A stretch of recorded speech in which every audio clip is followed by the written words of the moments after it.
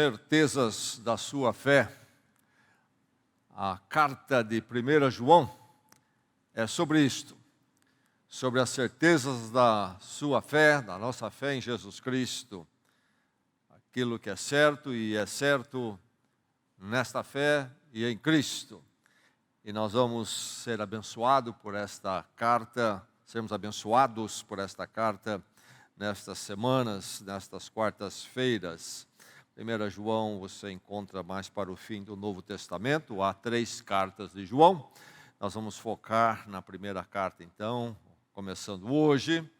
E vamos começar então no capítulo 1, versos de 1 a 4. Deixe-me dizer algumas coisas sobre esta carta. Os livros das Escrituras Sagradas foram escritos de forma concreta, isto é, devido a uma situação, uma necessidade. E então eles não surgem do nada, mas motivados, provocados, não é, por uma necessidade ou por uma situação. A primeira carta de João é escrita então às igrejas ali, que estavam debaixo da supervisão, da orientação do apóstolo João, na antiga Ásia Menor, hoje a região da Turquia. Ele é registrado aí na tradição da igreja, que ele viveu suas últimas décadas de vida na cidade de Éfeso, nessa região da chamada Ásia Menor. Grande cidade de Éfeso na época, com milhares de pessoas, grande centro comercial. E lá então ele viveu e ministrou as igrejas na região, em Éfeso e em outros lugares.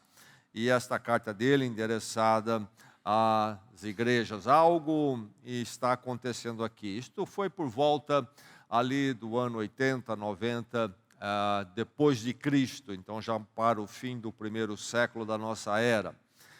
E nota-se pela carta qual é a necessidade, o que se passa ali.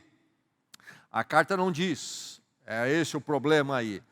O João está combatendo ideias erradas, então quando nós lemos a contraposição dele, nós temos uma ideia do que é que ele está endereçando, o que ele está corrigindo. Então havia surgido já ali, em forma embrionária, um movimento que passou a ser conhecido como gnosticismo, que aliás está em alta nos nossos dias novamente, uma abordagem pagã, filosófica, espiritualista, que vem do pensamento grego. Esse pensamento gnóstico vai ganhar força mais à frente no 2º século, mas pela carta de João percebe-se que já de forma embrionária isso estava ali adentrando a igreja de Jesus Cristo. A carta de João não é uma carta para tratar ou contra-atacar ataques do mundo para a igreja, mas erros e problemas, então ataques malignos dentro da própria igreja, distorções da verdade do evangelho dentro da própria igreja. Você já ouviu falar, talvez, já, em algum lugar, sobre os evangelhos gnósticos. Esses evangelhos realmente foram encontrados no Egito, bem depois das escritas do Novo Testamento, escritos mais tardiamente, e representa parte desse movimento herético, esse movimento que tomou verdades cristãs e misturou com o pensamento filosófico grego e tentando criar uma outra coisa aí. Então João está combatendo aí um movimento que já tem de forma embrionária as ideias do gnosticismo. Particularmente, sabe-se pela história que em Éfeso ele combateu muito um homem que liderava essas ideias, chamado Cerinto. Bem, o que é que eles ensinavam, criam? Para não ir muito longe, apenas vermos o básico, que é o essencial para nós, quando nós lemos esta carta de João e o que ele está falando, por que ele está falando o que está falando. O pensamento gnóstico era um pensamento dualista. E essa ideia dualista é encontrado na filosofia grega antiga, como por exemplo no pensador Platão, mas também no pensamento oriental, em geral, é ensinado muito o dualismo. Então, dualismo no quê? De um lado o espírito, do outro lado a matéria. dualismo, duas coisas, espírito e matéria. E aí então vai se interpretar toda a natureza, particularmente o ser humano, como sendo esse ser com essa divisão espírito e matéria, espírito e matéria. Quando o ensino das Escrituras é diferente. Nós, na verdade, somos holísticos, não é uma coisa só, e não há esse dualismo no ensino das Escrituras. Temos sim o espírito, temos o corpo, mas como um todo. Enfim, quando eles falavam sobre, então, essas duas coisas de forma dualística, matéria e espírito, para eles o espírito, então, é bom e a matéria é sempre má. O espírito é bom e a matéria é sempre má. E isso está muito presente até hoje, muitas vezes, em pensamento de crentes. Então, que o corpo é mau e que o espírito é bom. E até as vertentes na cristandade aí de subjugar o corpo no sentido de até punir o corpo, como se fosse uma forma de se crescer espiritualmente, é uma influência grega e não bíblica, ou do dualismo ou do gnosticismo. A matéria que Deus criou, o nosso corpo em si, não é mal de forma nenhuma. A matéria não é espiritual, ela não é má, não é boa. A questão é como é que nós usamos a matéria. Então, é uma ideia equivocada. Mas, enfim, quando eles entram nesta ideia de que a matéria é má e o espírito é bom, criam essa divisão, aí eles vão dizer que então Deus não poderia ter criado o mundo, por exemplo, porque Deus é bom, é espírito, e o mundo é matéria. Então, essa criação de Deus foi de uma forma à distância, através de emanações, eons, e aí foi vindo, então chegou para Deus não ter contato, então, com a criação e a matéria. E também outra implicação é que Jesus Cristo não poderia ter tido um corpo. Então a encarnação de Cristo ficava comprometida para eles, e eles iriam buscar outras explicações para dizer que não há essa encarnação real. Uma delas era chamado docetismo, que vem da palavra grega dokel, que quer dizer aquilo que aparenta, que aparece. Então, aparentemente Jesus teria um corpo, mas não realmente. E outra ideia também que eles colocavam é que Cristo veio sobre a pessoa humana, Jesus, a partir do batismo. Então era distinto dele. E antes da morte de Jesus, Cristo saiu. E aí, então quem morreu na cruz, na verdade, foi a pessoa de Jesus, o físico de Jesus. Então veja o dualismo aí, criando problemas para doutrinas, ideias básicas do cristianismo, e é isso que João, então, está combatendo. E ele vai falar sobre aqueles que negam que Jesus veio em carne, por exemplo, e combatendo essa ideia errada e falando, então, João defendendo que não há esse dualismo e que, na verdade, Jesus Cristo é Deus, verdadeiro homem, e ele morre realmente na cruz, identificando-se conosco, sendo um de nós, para tomar nosso lugar, morre na cruz. Mas, com essa ideia de dualismo, então o espírito é bom e a matéria, o corpo é mau, vão criar duas posições éticas, morais, duas posições de moral.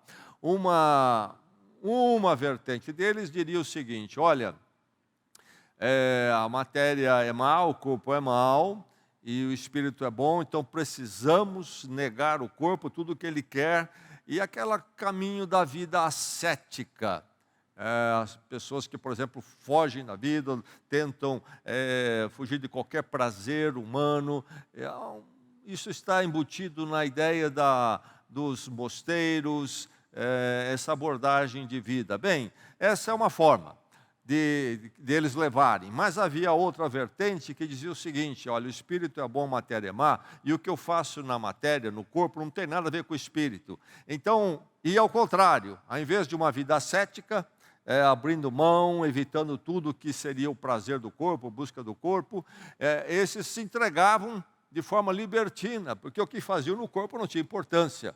A matéria é má mesmo, o que importa é eu buscar o Espírito. E a salvação para eles, então, não vinha através da encarnação de Jesus Cristo, mas através de certos rituais e meditações, chamada busca da iluminação. e isto era de forma esotérica, você tinha que ser introduzido, e somente alguns realmente alcançavam essa iluminação. E então aí uma salvação por esses esforços espiritualistas do próprio ser humano. Com isso eles criavam um problema que João vai atacar muito, de um desprezo da comunhão, porque a igreja de Jesus Cristo não é para alguns iluminados, é para todo aquele que vem crendo em Jesus Cristo. Independente disto, de ser um iluminado, não é? E então eles começam a abrir mão e até desprezar a comunhão da igreja e em se interessar apenas em andar com aqueles que também eram iluminados, estão atingindo essa luz. E eles diziam, Deus é luz, o que é verdade, mas desse entendimento errado. E que eles então tinham chegado à luz, eram iluminados pelas suas meditações, os seus rituais e o conhecimento também que eles forneciam.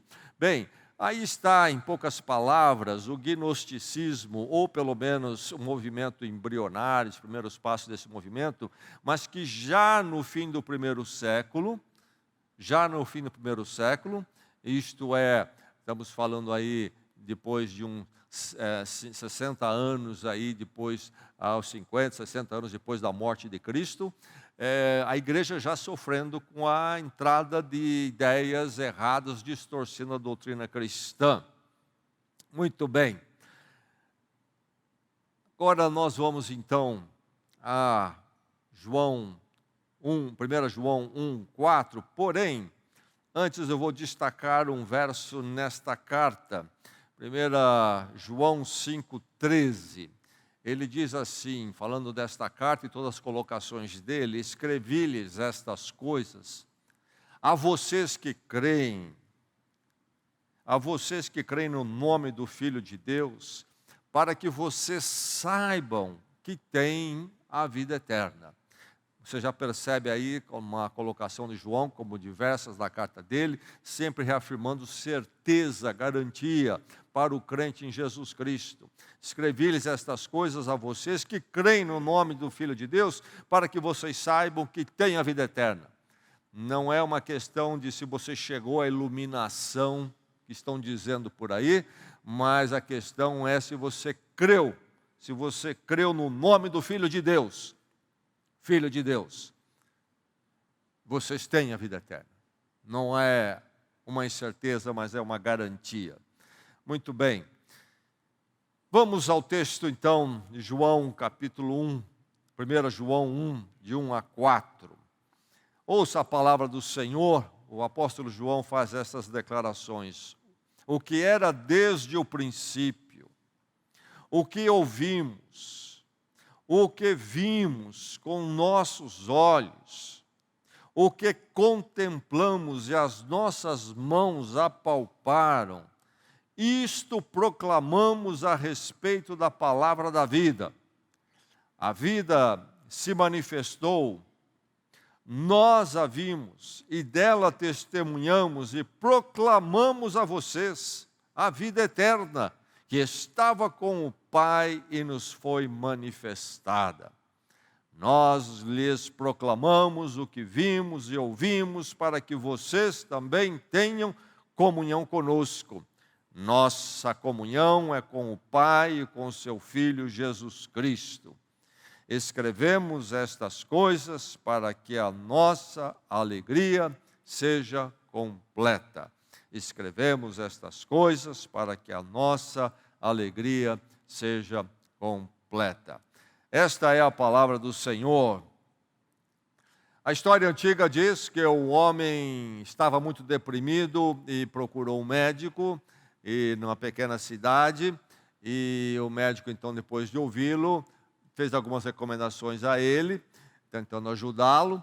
E uma das coisas que o médico disse: olha, na cidade chegou um circo aí recentemente e tem coisas interessantes ali, coisas que alegram, distraem. Inclusive tem um palhaço que é muito engraçado pelo que eu ouvi falar, falou o médico. Recomendo que você vá ao circo, pode lhe ajudar um pouco. E aí o homem virou para o médico, não é? Diz a história, eu sou esse palhaço, eu trabalho no circo. E aí já fica muito claro para nós que a alegria não é uma questão de agitação do nosso sistema nervoso, mas sim uma questão do estado da alma. Essa é a verdadeira alegria. Comediantes diversos têm se suicidado. Pessoas que pareciam tão alegres e pareciam alegrar a tantos, na verdade, tinham intimamente escondido uma profunda tristeza na alma. A verdadeira alegria tem tudo a ver com a alma. Nos nossos dias, quando a indústria do entretenimento, que provoca, então, sensações boas do sistema nervoso, a indústria é poderosa, é lucrativa, há todo tipo de distração, todo tipo de coisas que nos fazem cócegas. O mundo está cada vez, o ser humano está cada vez mais deprimido, mais triste, mais vazio. A alegria, na verdade, é um estado da alma saber que tudo está em paz, que tudo está garantido com ela, e esse ponto de descanso e segurança. E João vai falar aqui o que? Escrevemos para estas coisas para que a nossa alegria seja completa. A nossa alegria seja completa. Então é sobre este enfoque da alegria, da verdadeira alegria, que João está falando, e ele está falando destas certezas que nós podemos ter na nossa alma, que realmente nos dará a verdadeira alegria. Alguém triste aqui nesta noite, talvez você está pensando que falta a você isto ou aquilo, na verdade, é uma questão do estado da sua alma, de coisas serem resolvidas ali, e que só o Evangelho de Jesus Cristo pode resolver. Só a pessoa de Cristo. É isso que João vai apresentar aqui. E a grande mensagem, então, para cada um de nós, para você que está aqui nesta noite, é esta: encontre a alegria completa. É possível tê-la. Sim, está à nossa disposição. E você que já é crente em Cristo Jesus, desfrute mais e mais desta alegria completa. Você precisa se assegurar onde, então? Onde? No testemunho ocular. A palavra de Deus nos apresenta Jesus Cristo através de testemunho ocular. Aqui está João escrevendo, um dos apóstolos. E você sentiu na leitura, se você prestou atenção, o peso aqui do testemunho ocular de João. Ele vai falar aquilo que nós ouvimos, aquilo que nós vimos. E ele vai chegar a dizer aquilo que as nossas mãos apalparam. É isto que nós proclamamos a vocês. João não está dizendo: olha, eu ouvi contar uma historinha interessante e eu passei para frente para vocês. João não está dizendo: olha, nós criamos alguma coisa, eu tive aqui uma iluminação particular minha e agora estou anunciando a vocês a minha iluminação particular. Ele está falando do testemunho ocular, isto é, do andar dele concreto com Cristo como um dos seus discípulos ali, dia dentro, dia fora, ouvindo os ensinamentos e estando com Cristo.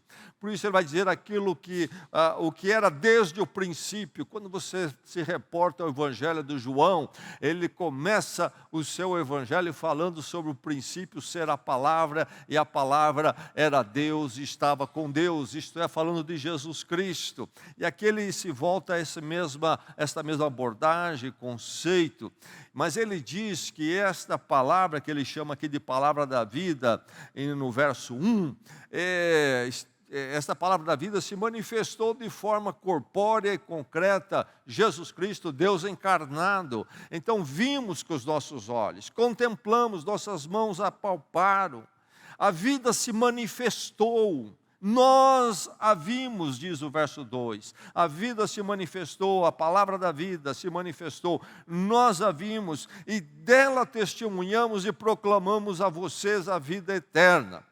Então aí está a base histórica e segura daquilo que ele está falando. E eles sabiam disto nos dias de João. Estavam ali bem próximos de tudo aquilo que tinha acontecido. Então, você precisa se assegurar nesse testemunho objetivo, testemunho ocular, que você pode ler e examinar e conhecer. E ouvir de pessoas que conheceram de primeira mão.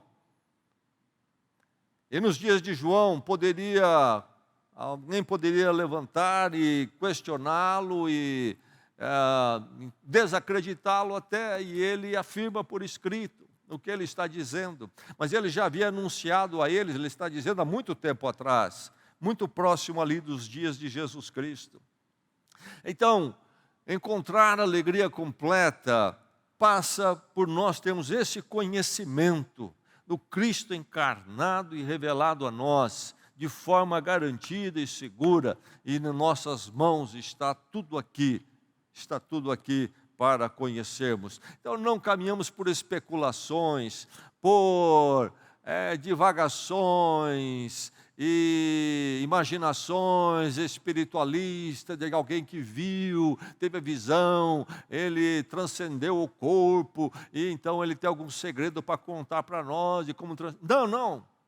Cristo encarnado, eu vi, eu apalpei, eu conheci, eu sei o que é, e não é uma questão de matéria e espírito, porque nós até apalpamos.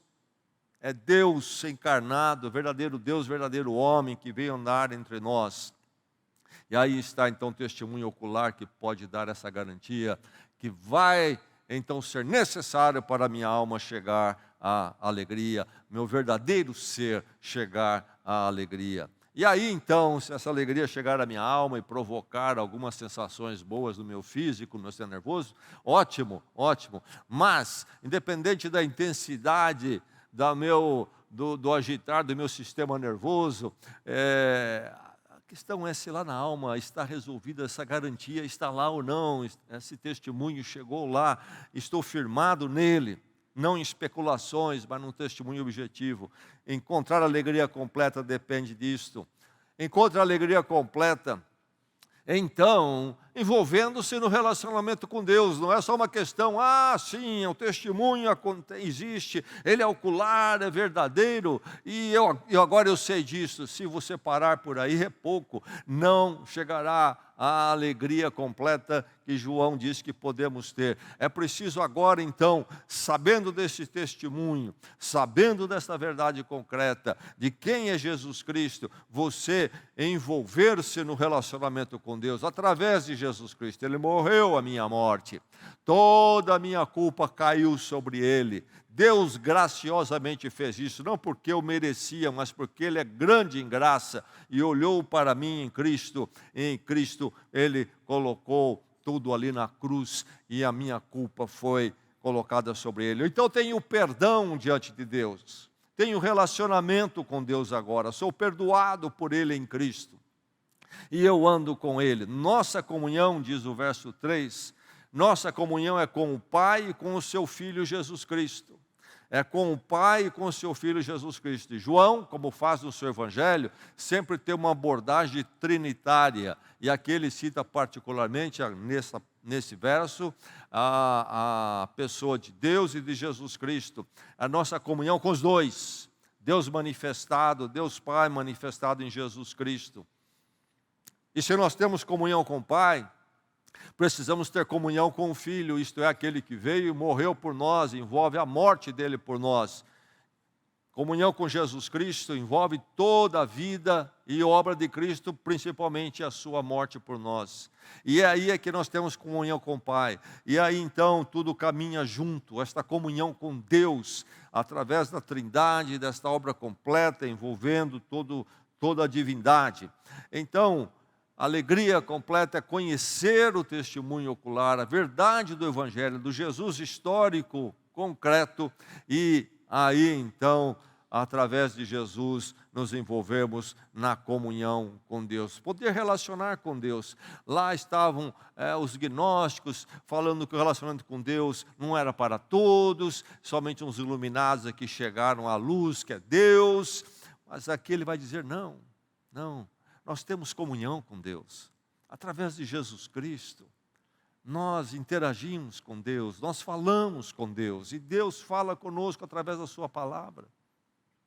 Alegria completa, chegar a ela envolve esse testemunho, envolve aí então o relacionamento com Deus, e a alegria se torna mais e mais completa quando você experimenta a vida eterna. Encontrar a alegria completa é experimentar a vida eterna. Diz João no verso 2, a vida se manifestou. A vida se manifestou, a palavra da vida. Isto é, palavra encarnada, Jesus Cristo, trouxe vida, é a palavra da vida. Ela se manifestou, essa vida se manifestou, isto é, Jesus apareceu na história, surge na história humana. A vida se manifestou, nós a vimos, nos foi manifestada, diz o verso 2. Onde está a vida? Onde está realmente a verdadeira vida?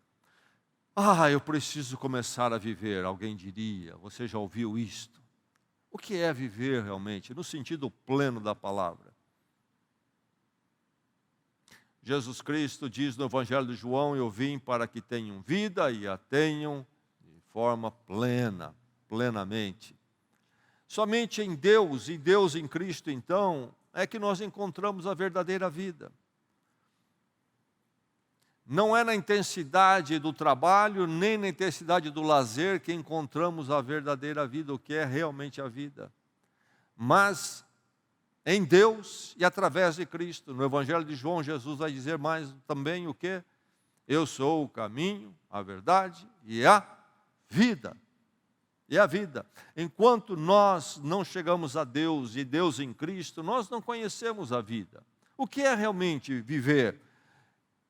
Mas quando nós conhecemos esse testemunho ocular e o relacionamento com Deus, e então vivemos a vida com Deus, nossa alma experimenta a alegria, a verdadeira vida, da verdadeira vida. Tudo em paz com Deus, viver com Deus, saber que nós somos dele e que vivemos por ele, vivemos nele.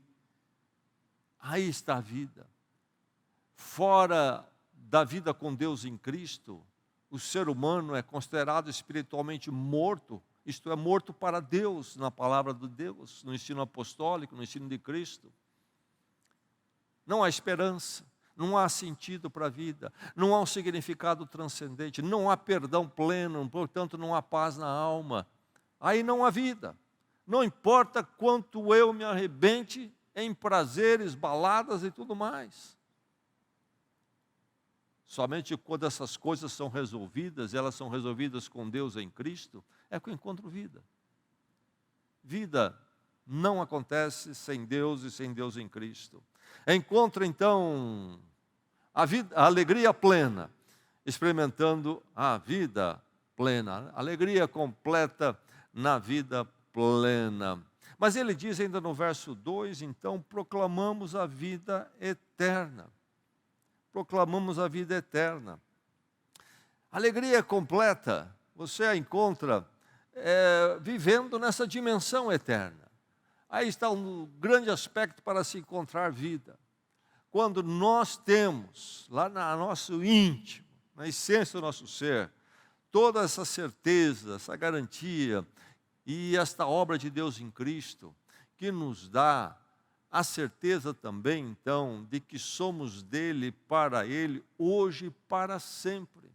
Enquanto isso não chegar à nossa alma, nós não temos alegria. Nós temos uma perspectiva curta, incerta.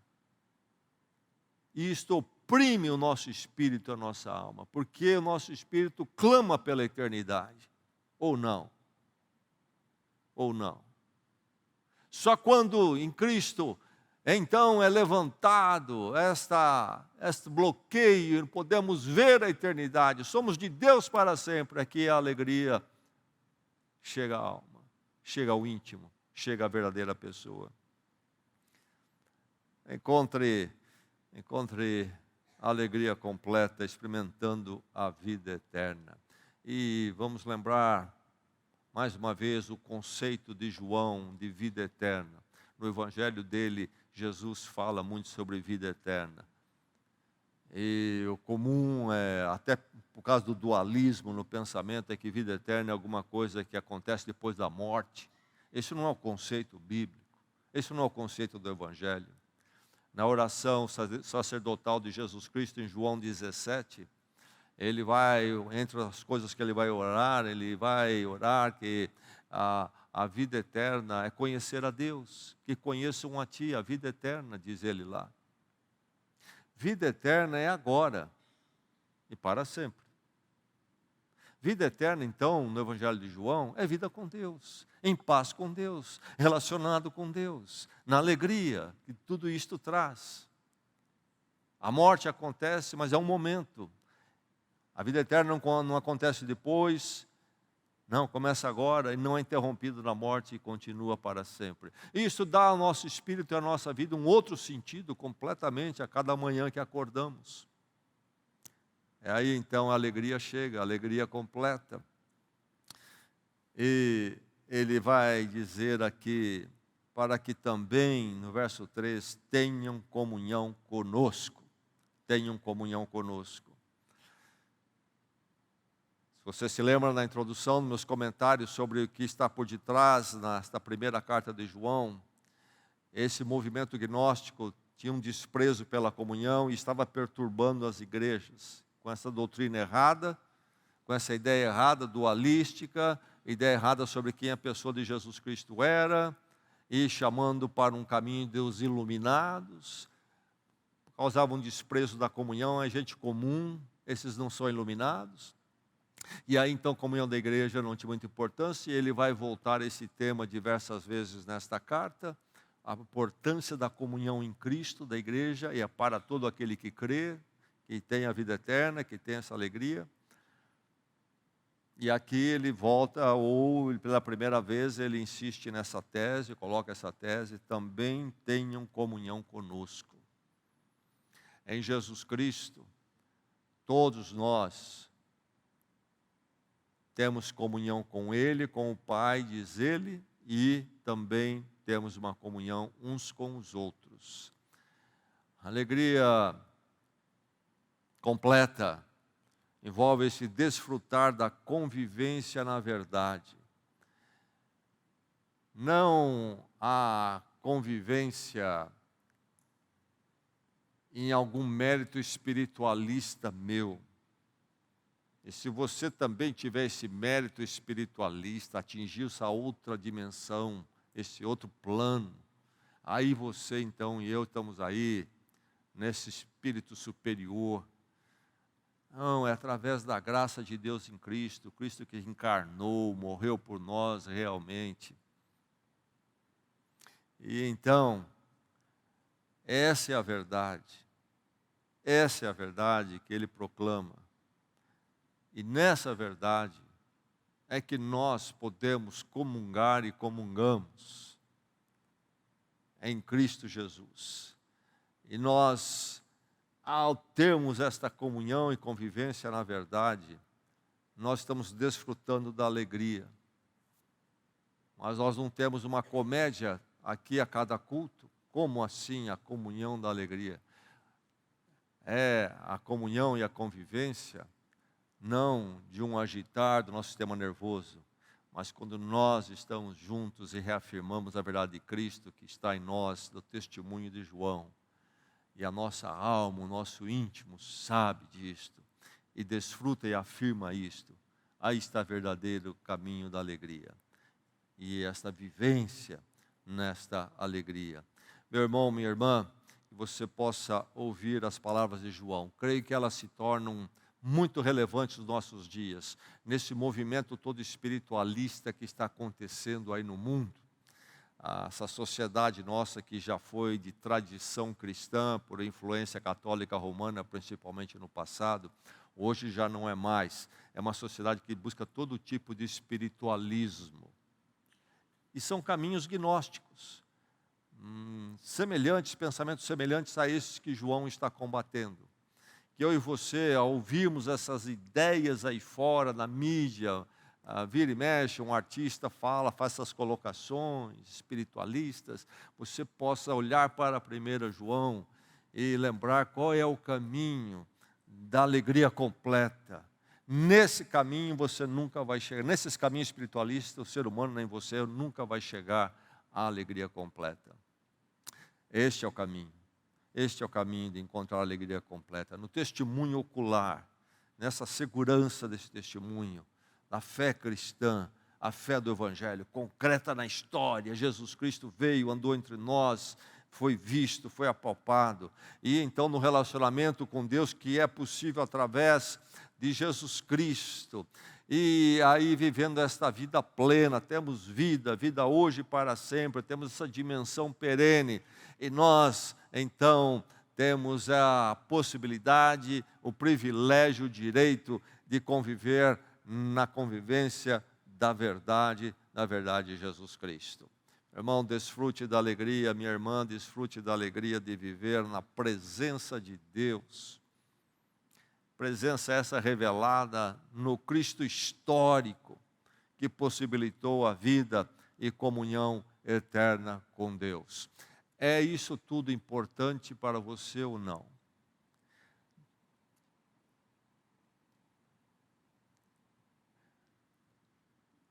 Deixe-me dizer, oro que seja importante essas coisas, essas colocações. Você considere relevante para a sua vida nesta noite. Porque se não é, você está anestesiado, achando que está tudo bem, sem nada disto. Mais cedo ou mais tarde, você vai ser achado frustrado e em tristeza. Porque falta alegria completa, e a alegria completa se encontra desta forma que João está colocando aqui. Que o Senhor, então, no meio de um mundo que nos anestesia com tantas coisas, nos dê o despertamento, de forma que possamos enxergar a preciosidade do que é realmente a alegria completa. A alegria que encontramos somente em Deus e Deus em Jesus Cristo. Por isso, a música clássica cristã, escrita alguns poucos séculos atrás, tem o título Jesus, a alegria dos homens. Ou Jesus, a alegria dos seres humanos. Ou encontramos alegria nele, ou não teremos alegria completa. Que Deus nos firme nesta alegria sempre. Vamos orar.